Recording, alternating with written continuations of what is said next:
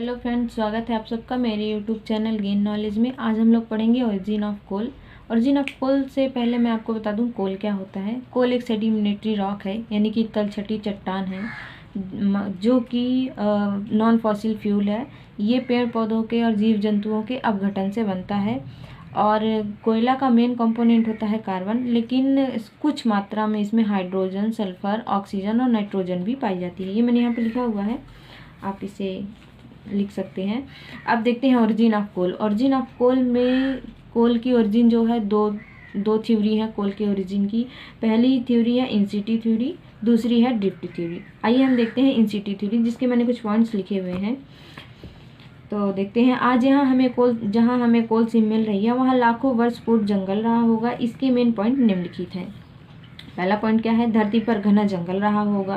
किसी कारणवश जमीन धंसी होगी एवं पेड़ पौधे भी पानी में डूब गए होंगे।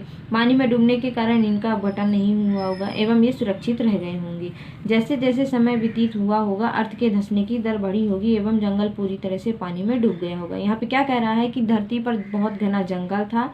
किसी कारणवश धरती, जैसे लैंडस्लाइड जो होता है, या जैसे हम माइनिंग करते हैं तो लैंडस्लाइड होती है, उसकी वजह से भी जो अर्थ सरफेस कुछ कमज़ोर होता है जिससे लैंडस्लाइड होने लगती है।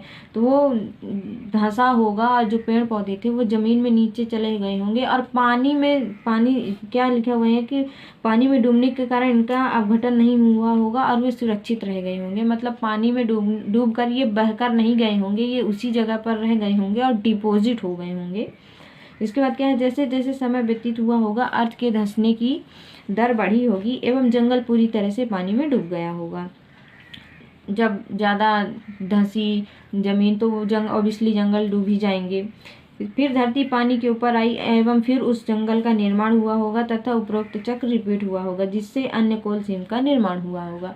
इसका मतलब इन सिटी थ्योरी ये कहती है कि जो जंगल थे जिस जगह पर उगे थे ये उसी जगह पर डिपॉजिट हो गए। इन सिटी थ्योरी में जिस जंगल जिस जगह पर था उसी जगह पर ही डिपॉजिट हुआ, जिससे इन सिटी थ्योरी के कोल का निर्माण हुआ। इसके सपोर्ट में कुछ तथ्य भी मैंने लिखे हैं, देखते हैं इन्हें। कोल सीम का प्योर मिलना, कोल सीम का थिकनेस का संगठन एक जैसा होना, कोल सीम के नीचे जड़ों में उपस्थित मिट्टी का पाया जाना, कोल सीम में फॉसिल के रूप में पेड़ पौधे के तनों का वर्टिकल पाया जाना, अर्थात अर्थक्वेक में जो जंगल नीचे जम गए उनका अवसादन हुआ और कोल सीम का निर्माण हुआ। देखिए, इन सिटी थ्योरी का मैंने यहाँ पे थोड़ी सी समरी लिखी है, इसको समझते हैं कि in situ theory of coal में जो जंगल पेड़ पौधे जिस जगह पर उगे थे उसी, मैंने आपको पहले बताया कि जो पेड़ पौधे थे जिस जगह पर उगे थे उसी जगह पर डिपॉजिट हो गए। मतलब किसी भी कारण, किसी भी प्लेट टेक्टोनिक के मूवमेंट, अर्थक्वेक या लैंडस्लाइड की वजह से उसी जगह पर डिपॉजिट होते गए। इसमें मिलियन ऑफ ईयर्स लगा। उसके बाद हाई दाब व ताप के कारण, मतलब हाई टेम्परेचर और प्रेशर के कारण सेडिमेंट्री रॉक के रूप में हमें कोल मिला, जिसे इन सिटी थ्योरी का कोल माना जाता है। मतलब जिस जगह पर पेड़ पौधे थे उसी जगह पर डिपॉजिट हो गए और मिलियन ऑफ ईयर्स लगे उसके अवसादन में। उसके बाद जो कोल बना उसे इन सिटी थ्योरी का कोल कहा जाता है। नोट यहाँ पर ये है कि इन सिटी थ्योरी का कोल भारत में नहीं पाया जाता है, भारत में ड्रिफ्ट थ्योरी का कोल पाया जाता है। आइए हम देखते हैं ड्रिफ्ट थ्योरी क्या होती है। ड्रिफ्ट थ्योरी के अनुसार आज कोल सीम हमें जहाँ मिल रही है वहाँ पर पेड़ पौधे पानी के द्वारा बहाकर लाए गए होंगे। इसके सपोर्ट में निम्न तथ्य हैं। पहला तथ्य क्या है, जंगल से पेड़ पौधे पानी के द्वारा बहाकर लाए गए होंगे एवं झरने या समुद्र के आसपास डिपॉजिट हुए होंगे। सभी पदार्थ अपनी अपनी स्पेसिफिक ग्रेविटी के अनुसार जमा हुए होंगे। मतलब जो पेड़ पौधे थे वो पानी या कि फ्लड के कारण बहकर एक मुहाने पर जमा हुए होंगे और अपनी अपनी ग्रेविटी, जिसकी जितनी क्षमता थी उसके अनुसार, कैपेबिलिटी के अनुसार वो डिपॉजिट होते गए। जहाँ केवल प्लांट मटेरियल जमा हुए होंगे वहाँ हमें कोल सीम मिलती है। मतलब जहाँ पे सिर्फ प्लांट्स, पेड़ पौधे हुए होंगे वहाँ पे हमें प्योर कोल मिलता है। जहाँ पानी के बहाव में अस्थायी बदलाव आया होगा तो वहाँ प्लांट मटेरियल के साथ सेल आदि चीज़ें भी डिपॉजिट हो गई होंगी। इस थ्योरी के पक्ष में निम्न प्रूफ दिए गए हैं। पहला क्या है, कोल सीम के साथ जो चट्टान मिलती है वह सेडिमेंट्री रॉक होती है तथा कोल सीम भी सेडिमेंट्री रॉक की तरह ही व्यवहार करती है।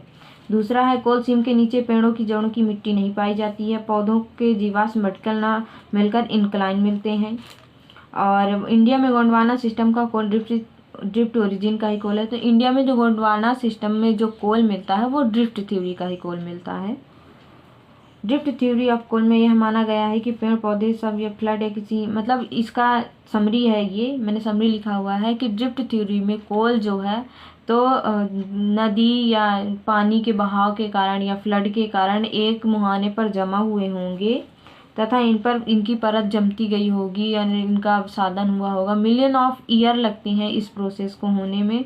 उसके बाद हाई टेम्परेचर और प्रेशर के कारण यहाँ पर सेडिमेंट्री बेड या टेक्टोनिक प्लेट्स का निर्माण होता है जिसके कारण कोल बनता है। मतलब इनका पेड़ पौधों का अवसादन होता है, फिर ये डिपॉजिट होते होते मिलियन ऑफ ईयर्स लग ही जाते हैं। फिर इसमें मैंने लिखा हुआ है composition of coal. Composition of coal मतलब कोल में क्या क्या चीज़ें होती हैं। तो सबसे ज़्यादा मात्रा में कार्बन होता है, उसके बाद स्मॉलर अमाउंट में हाइड्रोजन, सल्फर, ऑक्सीजन, नाइट्रोजन भी पाए जाते हैं।